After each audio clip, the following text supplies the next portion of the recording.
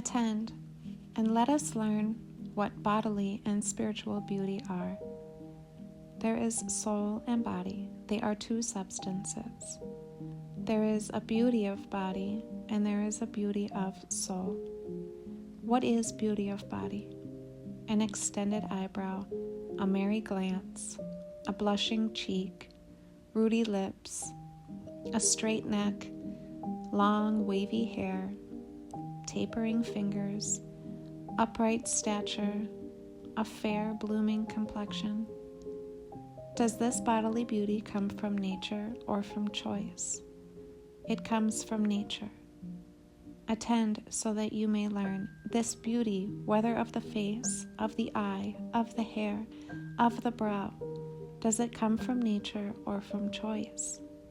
Obviously it comes from nature, because an ungraceful woman, even if she cultivate beauty in countless ways, cannot become graceful in body.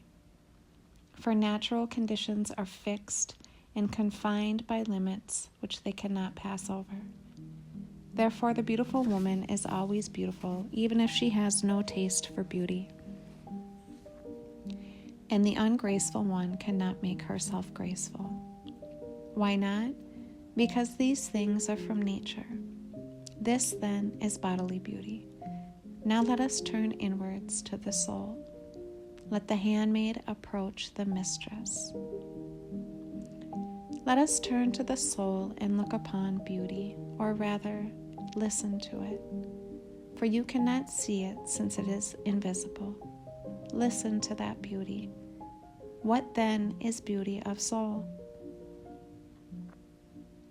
It is temperance, mildness, almsgiving, love, brotherly kindness, tender affection, obedience to God, the fulfillment of the law, righteousness, contrition of heart. These things are the beauty of the soul.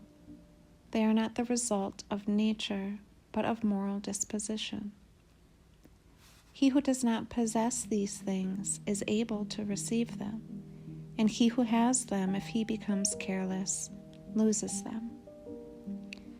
In the case of the body, I said that she who is ungraceful cannot become graceful, but in the case of the soul, I say the opposite. The graceless soul can become full of grace, for grace of soul is supplied out of our own moral choice. St. John Chrysostom, on the Vanity of Riches. God has confined bodily beauty within the limits of nature, but grace of soul is released from constraint and bondage, because it is far superior to any bodily symmetry. But this depends entirely upon ourselves and the grace of God. For our Master, being merciful, has in this special way honored our race. If he had placed corporeal beauty within our control, we should have been subjected to excessive anxiety about it and should have wasted all of our time upon things which are of no profit, grievously neglecting our soul. But even as powerless as we are to change the appearance of our body, we make violent efforts and give ourselves up to shadow painting, makeup, because we cannot really create bodily beauty. We cunningly devise imitations by means of paints and dyes and dressing of hair and arrangement of garments and penciling of eyebrows.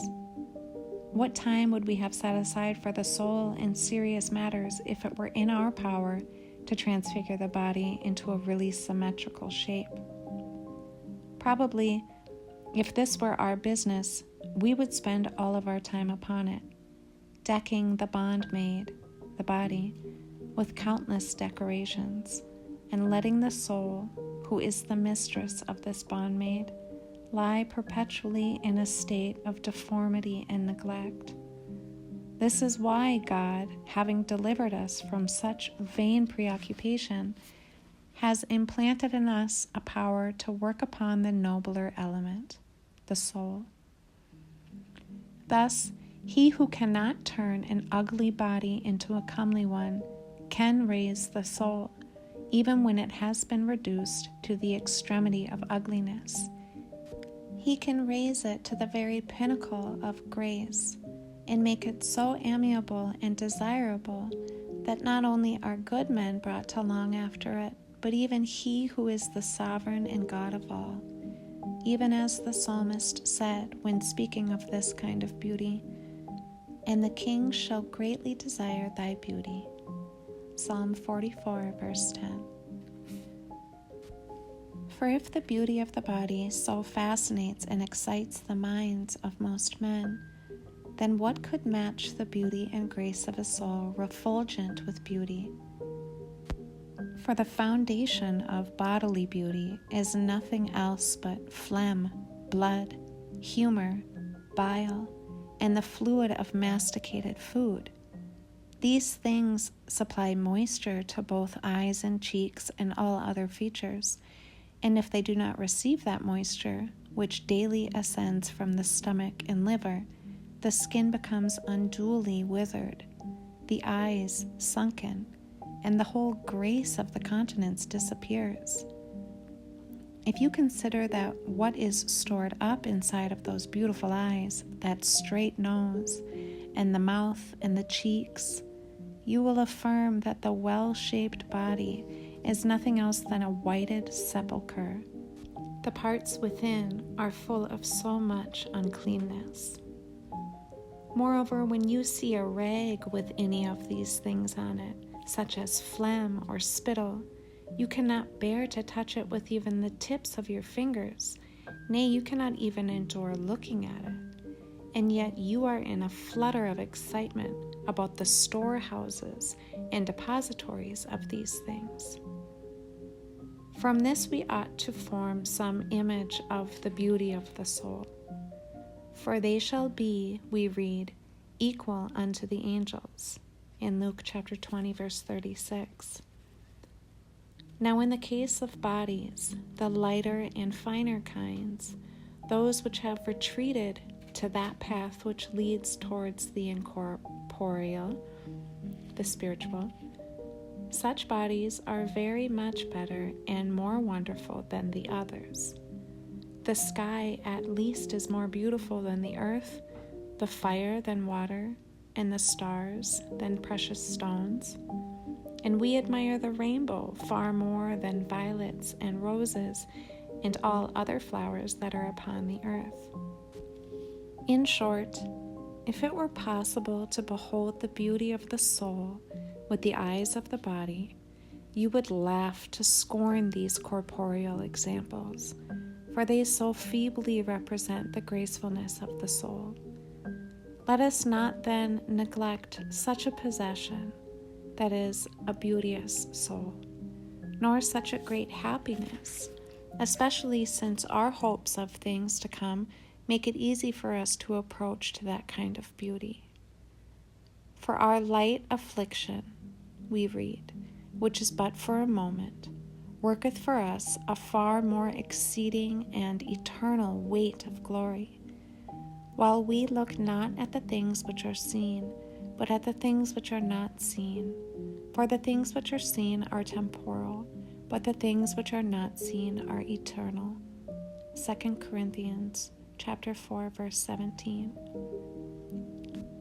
St. John Chrysostom, Letters to the Fallen Theodore. Therefore, if you see a large man in good condition, tall and surpassing others in length of limb, do not admire him until you have ascertained what the man's soul is. We should pronounce people blessed from the beauty that belongs to the soul, not from outward beauty. David was little and short of stature. Nevertheless, one so short and little and without weapons brought down at one blow so large an army, and that tower of flesh, Goliath. And this without hurling a spear, or letting fly an arrow, or unsheathing a sword, but doing all with a small pebble. This is why Scripture says, "Commend not a man for his beauty, neither abhor a man for his outward appearance. The bee is little among such as fly, but her fruit is the chief of sweet things. St. John Chrysostom, concerning the statues, Homily 35. That we might behold true beauty of soul, which clearly shows how the body is properly to be servant and not mistress, we read the following from St. Gregory Nazianzen's eulogy for his reposed sister. She was never adorned with gold ornaments, wrought into artistic forms of surpassing beauty, nor flaxen tresses, fully or partially displayed, not spiral curls, nor dishonoring designs of men who build structures on the honorable head, nor costly folds of flowing robes, nor graces of brilliant stones, which color the neighboring air and cast a glow upon the form, nor the arts and witcheries of the painter, nor that cheap beauty of the infernal creator who works against the divine, hiding with his treacherous paints the creation of God, and putting it to shame with his honor, and setting before eager eyes the imitation of a harlot instead of the form of God, so that this bastard beauty may steal away that image which should be kept for God and for the world to come. But though my sister was aware of the many and various external ornaments of women, yet none of them was more precious to her than her own character, and the brilliancy stored up within. One red tint was dear to her, the blush of modesty. One white one, the sign of temperance. But pigments and pencilings and living pictures and flowing lines of beauty she left to women of the stage and the streets, and to all who think it a shame and a reproach to be ashamed. Oh my goodness, this is just making me cry like a baby. It's so beautiful.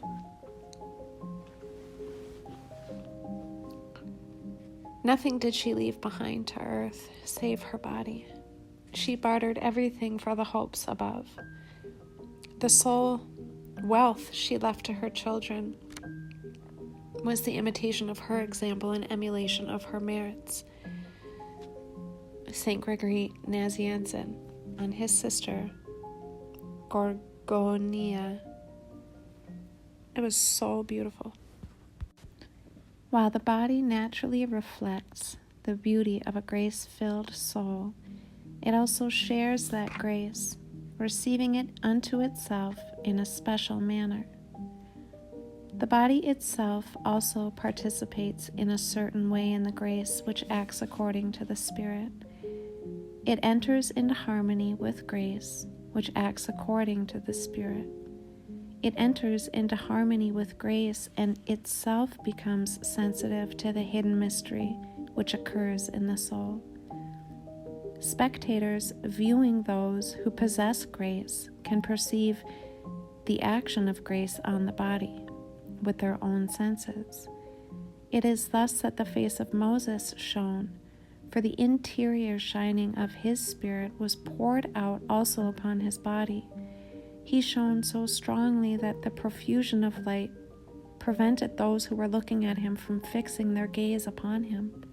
In Exodus chapter 34, verses 34 and 35.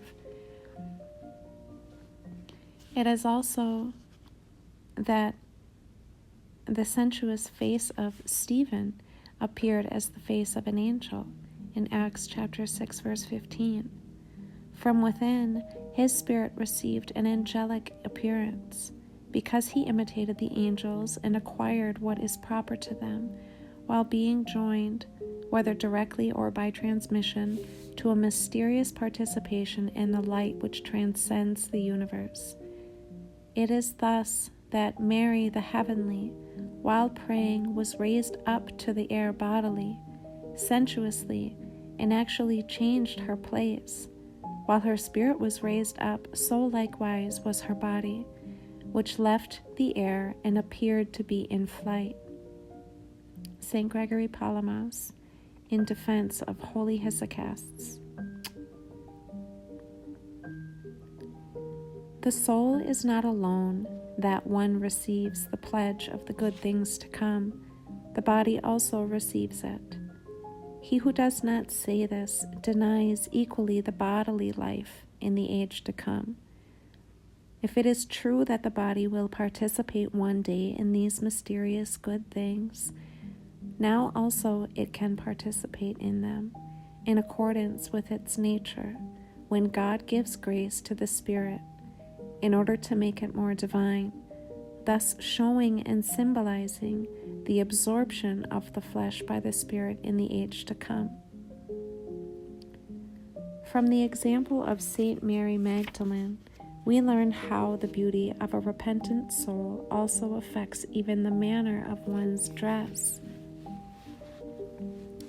In the Gospel, a harlot wins salvation. How? She is baptized in her tears and wipes the Lord's feet with that same hair which she had before deceived so many. She does not wear a waving headdress or creaking boots.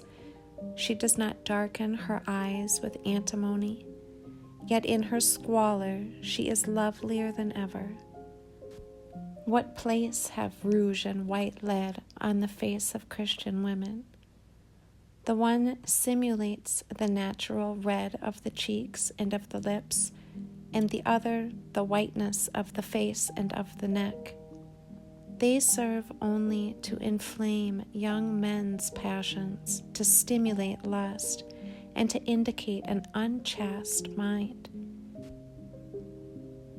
How can a woman weep for her sins, whose tears lay bare her true complexion and mark furrows on her cheeks? Such adorning is not of the Lord. A mask of this kind belongs to the Antichrist. With what confidence can a woman raise features to heaven which her Creator must fail to recognize? It is idle to allege in excuse that such practices are merely girlishness and youthful vanity. St. Jerome, Letter 54. What has been observed above all women applies no less to men, and particularly in these latter days, when many men are interested in fine clothes, perfume, jewelry, and even cosmetics, as women are thought to be. Thus, this injunction applies to both sexes.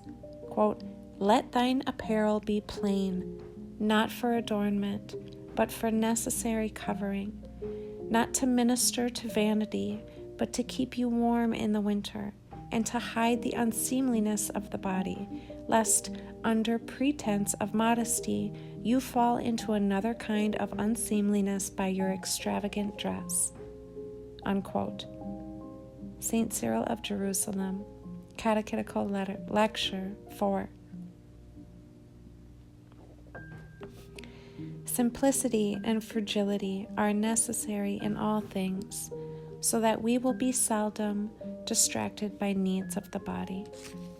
We must keep this in mind with regard to clothing. Men greedy for fame seek splendor for themselves in the clothes that they wear, trying thereby to attract attention and arouse the envy of others. Obviously, then, the Christian may be identified by the way he dresses.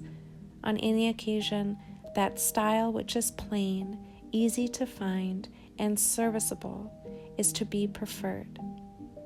St. Basil the Great, The Long Rules. Here the Holy Fathers have shown what is the right relationship of soul to body, and what constitutes true beauty, worthy of imitation and all desire. Therefore, St. John Chrysostom asks, "How long will you be lovers of the body? How long will you be riveted to the earth and gaping after shadows? For many still earnestly seek to be gods, even while the worms gush out." St. John Chrysostom, Concerning the Statues, Homily 35. Lord have mercy.